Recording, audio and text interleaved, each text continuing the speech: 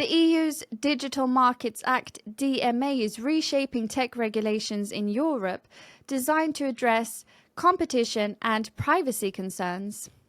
I'm here with Jason Reed, Project Manager and Policy Analyst with Young Voices.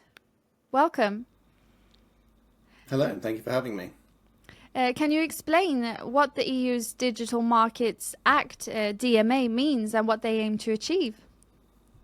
So the Digital Markets Act, along with another piece of legislation called the Digital Services Act, is the flagship tech antitrust regulation from the European Union. They are really stamping their footprint. They've been working on this for years. It was first suggested all the way back in December of 2020, and this is them putting their stamp on the world of the tech industry and making clear what the rules are going to look like for tech companies who want to operate in Europe. So the way it works is they identify a group of big tech companies who they call gatekeepers, and they include all of the usual American tech giants like Google and Microsoft and Meta and so on, and Apple, and then they apply a load of new rules to the way these companies operate, which affect all kinds of products and all kinds of services that we all use, like Google Search and like the Apple App Store.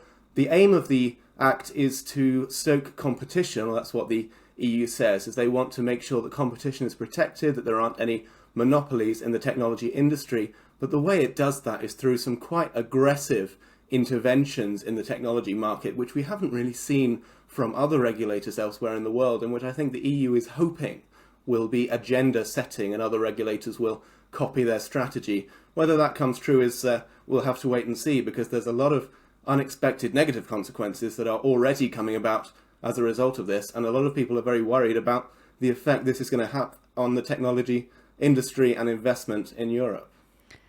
So how will it impact large technology companies? You talk about negative consequences. Can you tell us about them?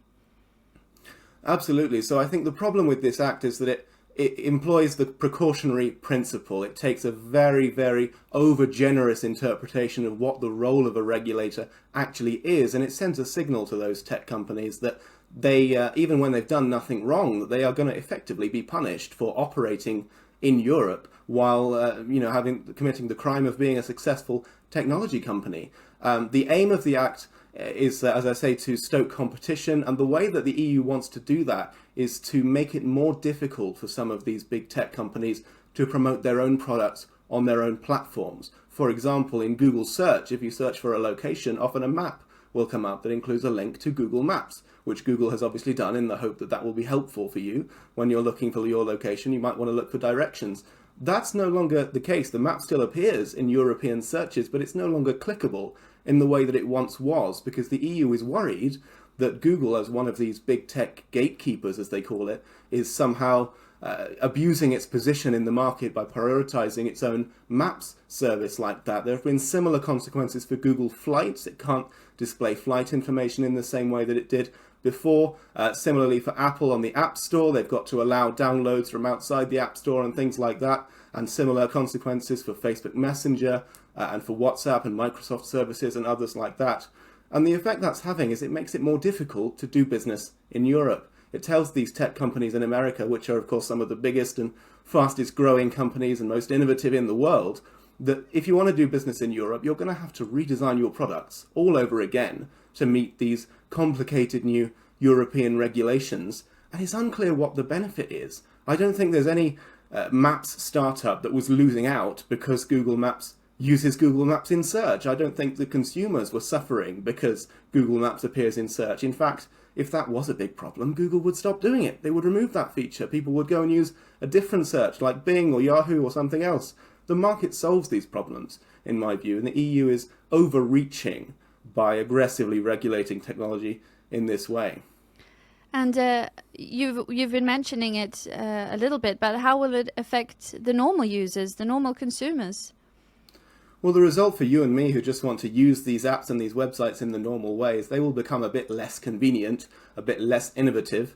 I think it's highly likely over the next few years that a lot of these companies will roll out new products, new services in America, in Britain, elsewhere in the world, and they will not do it in the EU because they're worried about the legal implications. They're worried about the compliance costs. They're worried about accidentally violating some very niche, very specific rule the EU has come up with, or indeed that they haven't come up with yet, that they might implement next year, and you'll have to redesign the product all over again. And so the result will be that the internet in Europe looks very different to the internet in the rest of the world. Consumers in the rest of the world can continue using the App Store and Google Maps and WhatsApp and Facebook Messenger in the normal way. Meanwhile, in Europe, things will just be a little bit more difficult. There'll be another layer of bureaucracy, there'll be another layer of gobbledygook screens you've got to go through, consent you've got to grant, cookies and privacy and terms and conditions and all this kind of thing to satisfy the EU regulators. It just makes life that little bit worse for consumers. And then, of course, the bigger picture is to do with the economy, that this is going to ward off investment from abroad. This is going to make it much more difficult for entrepreneurs and startups to grow within Europe because they're fearful of these kinds of regulations hitting them if they become too successful. And that will just mean that the huge gap in living standards and GDP and economic growth between Europe and America just continues to grow. And what kind of message is EU sending by implementing this kind of legislation? Well, the EU, I think it's pretty clear that they're prioritizing politics ahead of policy on this. And what I mean by that is they're not thinking through the actual consequences. They're not having a good faith interpretation of what competition in antitrust policy should mean. Instead, they're trying to make a political statement. They are trying to send a message out to the rest of the world, especially to America, both the corporate and political worlds in America, that they are here to stay, that they are going to be bold regulators, breaking boundaries and going where no regulator has gone before. I think that's a really bad way to design policy because it encourages regulators to do much more than they should do and to end up hamstringing and tying down growth and innovation in the process. It's also very short-sighted because although it might be, in their view, a political win in the short term, it's going to bring political consequences further down the line when people realise the effect that this is having on Europe's economic growth and when other things happen in the world. For example, they've spent a lot of energy building a friendship with the Biden administration, with working together on these kinds of initiatives and with Lena Khan at the Federal Trade Commission and so on, working closely on these.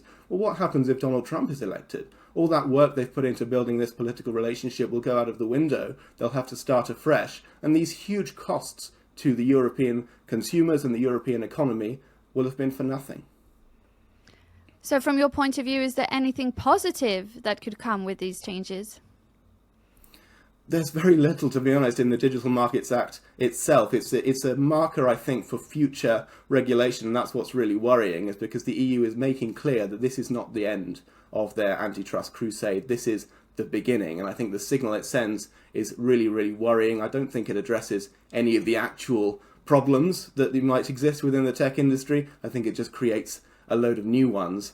And I hope that the American tech companies will continue to invest in Europe regardless. I hope they will continue to launch new products here and the money from investors will continue flowing in. But it's really hard to say, especially if the EU doesn't slow down on this regulatory crusade it's going on. I think the European internet will look very different in 10 years' time than what it looks like today. And it's, if the EU continues implementing this kind of regulation on other industries as well, as they are doing, from the environment to health and so on, that Europe as a whole might end up looking like a very different place to what it does today and very different to the rest of the world. Thank you, Jason Reed, Project Manager and Policy Analyst with Young Voices. Thank you. And thank you for watching Riks Europe.